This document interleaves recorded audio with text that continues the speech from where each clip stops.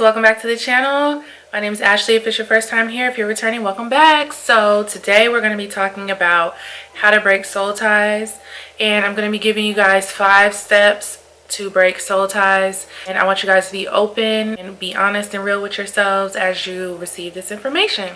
So first and foremost, the reason why I'm making this video is because it was requested, and I want you guys to receive my logic about soul ties, and I want you to change the way you think about the entire situation. I have my notes in front of me, that's why I'm going to be looking down. Nevertheless, I will be getting started on how to break soul ties. So first of all, step 1, stop blaming yourself. Most likely you are replaying the situation, the scenario in your head over and over and over and over. As women, naturally we blame ourselves. It's something I could have done differently, and if it's a toxic situation, then it's a toxic situation. And so you have to just stop replaying the situation in your mind, because someone that values you and truly cares about you, they won't leave you.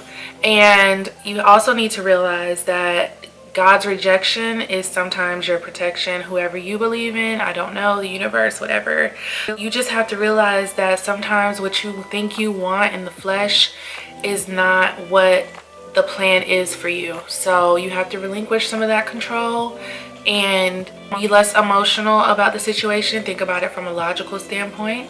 And that brings me to step 2. So step 2 on breaking soul ties would be to stop sleeping with him, sis. I know you're still sleeping with him. I know you are.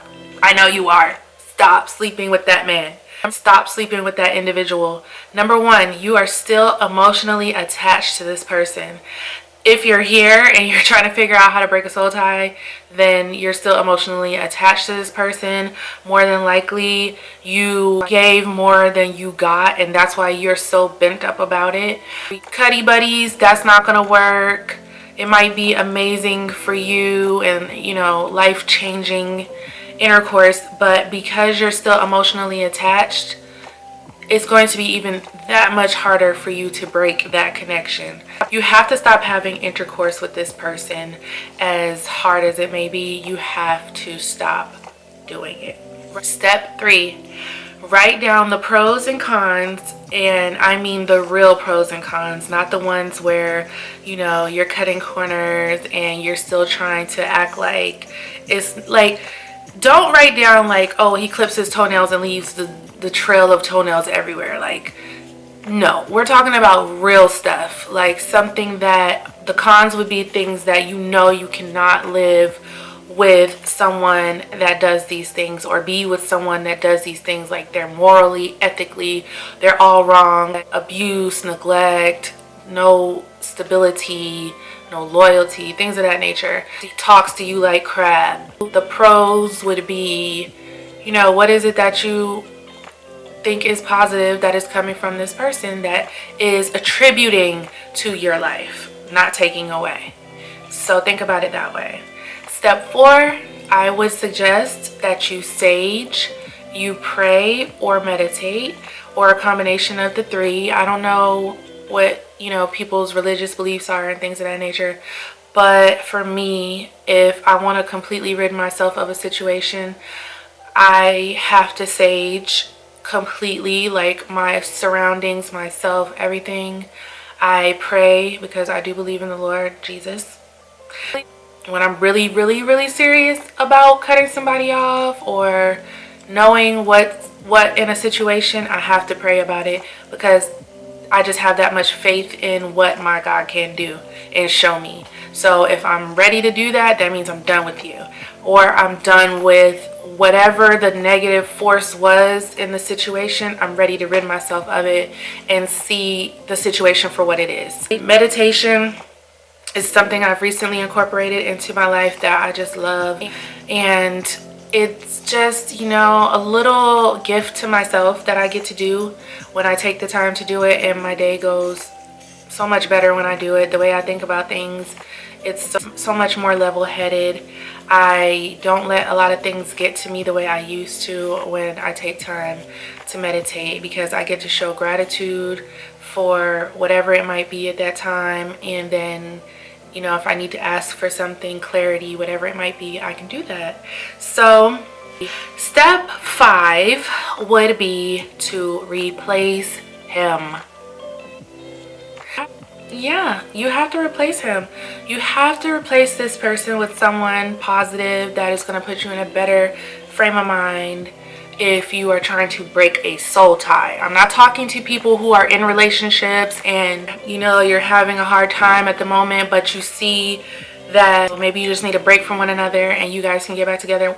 We're not talking about those people, so please don't apply that to that situation, because if you see yourself getting back with this person, then you definitely don't want to replace him.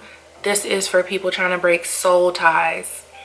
Replace that person, okay? Don't feel bad about it. You are absolutely warranted in being able to align yourself with whatever it's going to be. I don't know if it's going to end up being your life partner or not, but you need somebody or multiple people to take your mind off of this individual that is causing you so much grief and havoc in your life.